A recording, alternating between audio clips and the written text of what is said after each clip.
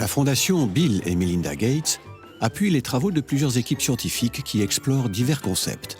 Une start-up française a développé la technologie de Caltech pour l'industrialiser et commercialiser des toilettes écologiques autonomes en eau. Je vais vous présenter les toilettes autonomes qui n'utilisent pas d'eau et au contraire produisent de l'eau à partir de l'urine. Il n'y a pas de produits chimiques, tout est recyclé, les excréments sont tous recyclés sur site. Donc ce sont des toilettes Weco, des toilettes normales, à chasse d'eau. Et derrière, il y a toute la technologie. Les urines et excréments arrivent dans cette fosse septique où il y a un traitement biologique qui va permettre de dégrader, réduire, digérer les excréments solides.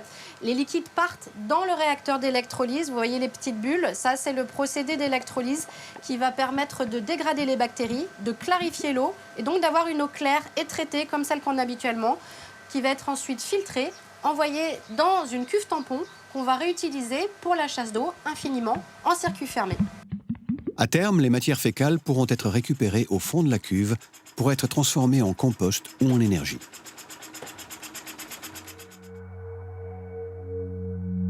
Pour l'instant, ces premières toilettes sont en service dans des équipements publics ou installées chez des particuliers qui ne sont pas connectés au réseau d'égouts.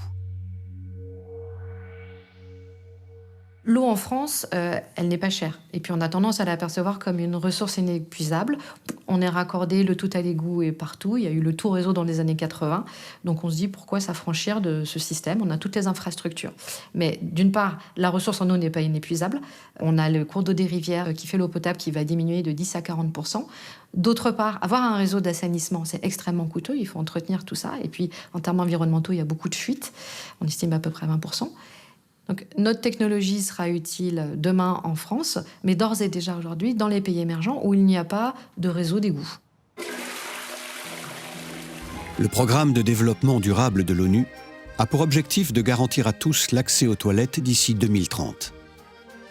Il faut que les femmes s'emparent du sujet des toilettes, parce que l'éducation des enfants sur les toilettes, ça passe d'abord par les femmes, partout dans le monde. Et j'espère que grâce à cette éducation, à cette formation, on va réussir à faire tomber les tabous.